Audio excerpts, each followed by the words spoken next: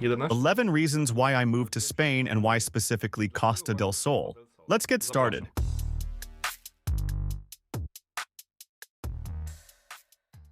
Hello, my dear friends. My name is Darek Nowak. I am an agent at the Polish real estate office Casa Ideal Marbella. And in this video, I would like to share with you my personal reasons for deciding to pack up and move to Spain with my family. Reason number 1, the sun.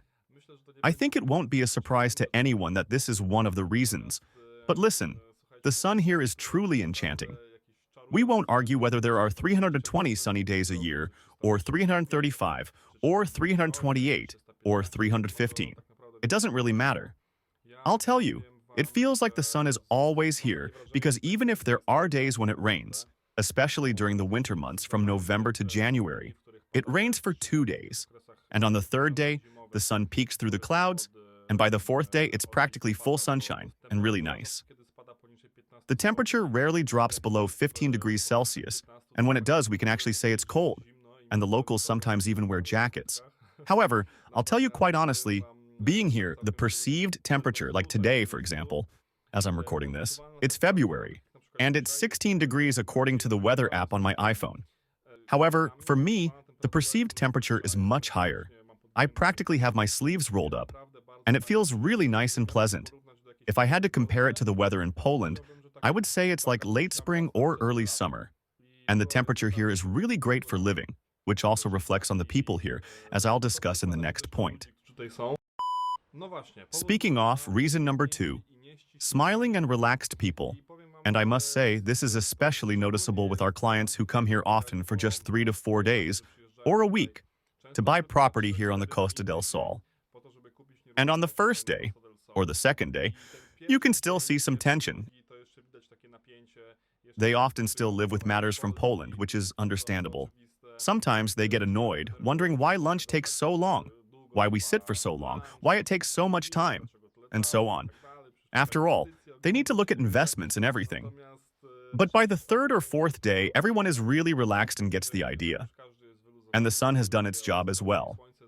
Interestingly, it's not only visible among the locals, but also among the Spaniards who often serve tourists here, or work as waiters and waitresses. By the way, it's also very interesting that a waiter and waitress can smile at each other during work, joke, and exchange hugs and smiles, which makes the overall atmosphere in the restaurant very pleasant. However, it's especially noticeable among other nationalities because you should know that here on the Costa del Sol, a significant purchasing power comes from, and many second homes are owned by the British, Scandinavians, Germans, French, and people from the Benelux. And, well, whatever you might say about Scandinavians, they are not exactly known for their southern temperament, to put it mildly. However, here you can really see that there is this relaxed atmosphere, and there are smiles. Sometimes, even when you bump into an older lady from Britain with your shopping cart, there's a smile and no unnecessary tension that you might find elsewhere. Let me tell you an anecdote. Recently, I was shopping and got distracted, and by accident, I knocked over a wine bottle with my elbow, which fell and broke. And of course, I felt embarrassed, started apologizing, said I would pay for the bottle, etc. And this really made me realize the attitude of the people here. The shop assistant said there was no way. She calmly started patting me on the shoulder, telling me not to worry, that she wouldn't accept any money. I approached another lady who started cleaning up the wine, and she was smiling at me too. It's that genuine smile you can't fake, which really makes you believe that these people are truly relaxed. I broke a bottle, it happens, it's part of life, nothing major, and you can approach the situation with a smile. I imagine what the reaction of a shop assistant in Poland would be if I did something like that. I think at the very least I would get a dirty look. Reason number 3, and this is a very important reason, is the feeling of being at home. This is because, you should know, Costa del Sol is a very international coast. There are many nationalities, and this is really nicely reflected in how life is organized here. It has never happened to me, nor have I heard of any such case where the police, for example, stop a car for a check, and there are any unspoken grievances towards foreigners. Everyone seems to understand that the Spaniards are the hosts here. We speak in Spanish, and everything we want to handle is in Spanish and the Spanish style, let's call it that. However, they don't make you feel it, and no one here makes you feel unwelcome. The sense of belonging is something that has accompanied me since the second or third day I arrived here. And it's also something our clients who come here confirm that somehow it feels like they've always belonged here. So it's really, really great. Reason number 4, the food. And of course, for someone living in Warsaw, Krakow, Wrocław, or Gdansk, this might not be a surprise. However, if we think about some tourist-heavy destinations, it's relatively rare to have such a wide variety of food options in restaurants. I mean, when we feel like it, we can go for sushi. When we feel like it, we can go for kebab, American cuisine, Italian cuisine. There are many great Italian places here. Of course, traditional Spanish cuisines, churros, all those very traditional Spanish dishes. But even if I feel like having pad thai, I go for pad thai. This variety and breadth of cuisine mean that whenever we feel like it, we can eat whatever comes to mind. And as I mentioned earlier, for someone from Warsaw or Gdansk, it's not a big surprise, right? However, if we think about a vacation destination, the richness of the local cuisine, not just local but from all over the world, is really well appreciated here. Another reason number 5, the beaches. There are people who prefer sandy beaches, and there are people who prefer rocky beaches. What's great here is that we don't have to choose. That means, if we feel like having a rocky beach like in Greece, we get in the car for a 10-minute ride and we're on a rocky beach. If we feel like having a sandy beach with beautiful umbrellas, it's the same story. Interestingly, beaches in Spain are fully public, so there's no situation like in Egypt where a specific hotel owns a piece of the beach and outsiders can't enter. Here, everyone has access to the beach, and there are loungers you can use. Nearby, there's usually a bar or restaurant where you can order something to eat or drink, which is really nice. As I mentioned, if you feel like it, you can go to a rocky beach, or if not, to a sandy one. If you want to take a walk along the beach, there are beautiful promenades and bike paths that run along the coast. The atmosphere is really great, and there's even a nudist beach, so there's truly something for everyone here. Reason number 6, now we're getting to specifics, is the rapidly growing real estate market. I'll share with you, dear viewers, one statistic I found while preparing for this recording. Over the years, the number of transactions, and by transactions, I mean specific notarial deeds, not agreements made with developers in the primary market, which are the majority here. The vast majority of transactions we handle, 95% of them, are in the primary market. The statistics strictly concern notarial deeds that took place in the region of Marbella, Estepona, Benahavis, let's say a triangle to the west of Marbella. And listen, in 2020, there were 5,536 transactions. In 2021, there were 8,624, and in 2022, there were 10,288 transactions. In 2 years, the number of transactions doubled. And you could say this is really in the secondary market because, as I mentioned earlier, the primary market is not included here. Notarial deeds from transactions, from agreements signed with developers, are naturally not yet available. I couldn't find the statistics for 2023, but I suspect that another ceiling has definitely been broken. So, the number of transactions, and this is something we even observe in our office, the number of people who contact us wanting to purchase property on the Costa del Sol, usually for investment purposes with the option of visiting a few times a year and living there. The number of these clients and transactions we observe is truly enormous. You need to know that here, developers raise the entire price list every 5, 7, or 10 transactions, depending on the investment and the developer. What does this mean? It means that when a developer completes, for example, 5 transactions, the prices of all apartments go up. There are investments where price lists are updated every week, every 2 weeks, or every 3 weeks. And the amount of work we actually have in our office here at Casa Ideal is enormous. However, I think there will be time to talk about how we operate here and what we do for our clients, and why we have so many of them.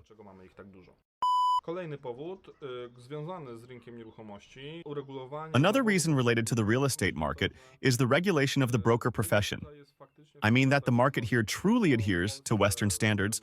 What I really don't like about Poland, and I think many real estate agents would agree, is that as a real estate agent in Poland, we spend a lot of time discussing and proving our own usefulness to the client, which is often invaluable, even for the buyer when it comes to conducting negotiations, securing contracts, and so on.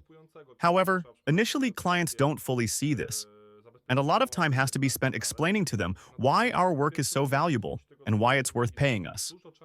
Here, it's more civilized, and the principle is that the real estate agent's fee is covered by the selling party. Period. And when the price of an apartment is listed in the advertisement, that is the price for the buyer, the price they will pay for the apartment. Of course, there are additional taxes and other transaction-related fees, but there are no costs related to commission or intermediary fees. And this is a great comfort for me, for us as real estate agents, that we don't have to engage in pointless conversations. This is how it works in the entire Western, civilized world, and I think sooner or later the Polish real estate market will go in the same direction. Reason number 8. Living locally, you do international business. This is also very cool, especially for me as someone who dedicated a large part of their education to languages, particularly English. At one point, I studied in Warsaw, but at an American school where classes were conducted in English. And for a long period of my career, I felt that this English was not being utilized. At this point, practically all the conversations we have with developers here are conducted in English. This is because in the developers' offices or sales offices, it's important to distinguish that Spanish developers focus on construction, while separate dedicated companies handle the commercialization of investments. However, I think there will be time to talk about that later. The people from these sales offices, from the companies delegated to sell investments, are often from Estonia, Russia, the UK, and also Spain. It's a very international community here, and all matters are handled in English, which feels completely natural. You get the sense that you're making international connections, even though you're living locally. It's really a great thing. Reason number 9, we're slowly approaching the end, is the beautiful properties. We really have beautiful projects here, and developers put a lot of emphasis on preparing these visualizations and offers in a way that best reflects reality, which is understandable because most properties here are sold at the off-plan stage, or even when there's often not even a hole in the ground yet, or construction has just begun. And it's completely normal that there's a year and a half, or 2 years left until the property is handed over. And there are practically no apartments left. It's practically standard that these investments have a pool, often 2 pools. One for children, one for adults, gyms, co-working spaces, a social club where we can organize a party or a barbecue with friends, and we don't necessarily have to invite friends to our home. These are the kinds of things that are part of the project and within this gated community. All the projects currently being built and that we recommend to our clients are within gated communities. These gated communities truly offer a lot of attractions and many conveniences that we use on a daily basis. If we want to go to the gym, we don't have to get in the car and drive for 10 or 15 minutes to get there. We can just take the elevator down and have a gym right there, which is a really great solution. These investments are designed with people and everyday life in mind. And by the way, they are often very beautiful and pleasing to the eye. Reason number 10, international schools. This is a reason that is particularly important for parents. As a parent myself, I think that for you, if you are parents and have school-aged children, this is especially significant if you are considering relocating here, either temporarily or permanently. These international schools are really a very important matter. We have many British, Danish, French, German, and Spanish schools, and 2 years ago a new American school also opened. And listen, in situations where my daughter, when she is 10 years old, will speak English, Spanish, French, and Polish, meaning she will know 4 languages, this is an absolutely perfect situation for me. And beyond the language aspect, she will also have friends from various countries. In international schools, there are kids from the UK, America, France, Morocco. And this international environment makes a child growing up in such a setting much more open-minded, with a better understanding of the world and friends all over the globe. They speak multiple languages, and I believe this is an advantage that is very hard to achieve through any extracurricular activities if we were, say, living in Warsaw and wanted to enroll our child in additional classes. It's just something that is hard to accomplish.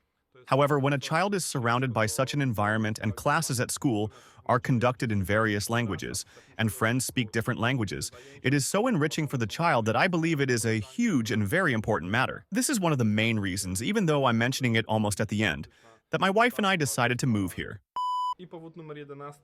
And reason number 11, the last one, very personal, but I have to mention it, is the smile that appears on a child's face that you see every day. This, listen, is absolutely something you can't buy, can't price, can't calculate.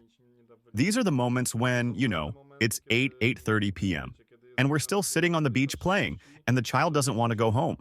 She just loves the beach so much, loves sitting and playing with pebbles and catching imaginary fish with a stick. And above all, the fact that we really spend most of our time outdoors, unlike in Poland where most people stay indoors. Here, we truly spend a lot of time outside. With such weather, even in February or January, it's just a shame to waste time indoors. It's worth going for a walk, heading to the beach, or doing anything else. One more bonus reason, because I forgot to mention it, is the infrastructure, which is really designed for living here. There's truly a lot to do. We have golf courses, beaches, and we can go hiking in the mountains since the coast is between the sea and the mountains. There are trails, so we can go hiking in the mountains. If we feel like it, within an hour and a half, we can hop in the car and be in Sierra Nevada, where there's snow, and we can go skiing. We have Gibraltar, we have Malaga. Malaga is currently one of the most popular cities in Europe and one of the cities with the highest potential for property value growth. Just like the entire coastline here. So, in terms of infrastructure, in terms of the opportunities available here in Costa del Sol, there are so many options, so many ways to have a great time, whether alone, with family, or with friends. Thank you very much for watching this video. Since this was the first episode on YouTube, I hope you enjoyed it. Every subscription and thumbs up will be greatly appreciated. It will be a signal for me to keep going. Generally speaking, the idea and vision for this channel is to focus on real estate in Costa del Sol, Marbella, and the surrounding areas. We will talk a lot about the real estate market and investments. I will show you specific investments and how they look here. Besides real estate, I want this channel to also showcase what life is like here, what interesting things you can do, what interesting foods you can try. We'll be tasting various cool and intriguing dishes. We'll learn to play golf, play paddle, and walk around Estepona, La Cala de Mijas, and Fuengirola. We'll discover these towns that lie between Malaga and Gibraltar. So all of this will be on the channel. My vision for this channel is to be a window for you into Costa del Sol, a window into Spain. When you decide to buy property here, I want you to make a very informed decision about what life is like here, what you can expect, and how it looks in practice. If you're curious about what an agent's work looks like behind the scenes, check out the link to my Instagram in the description of this video. Thanks again, I hope you enjoyed it, and see you soon.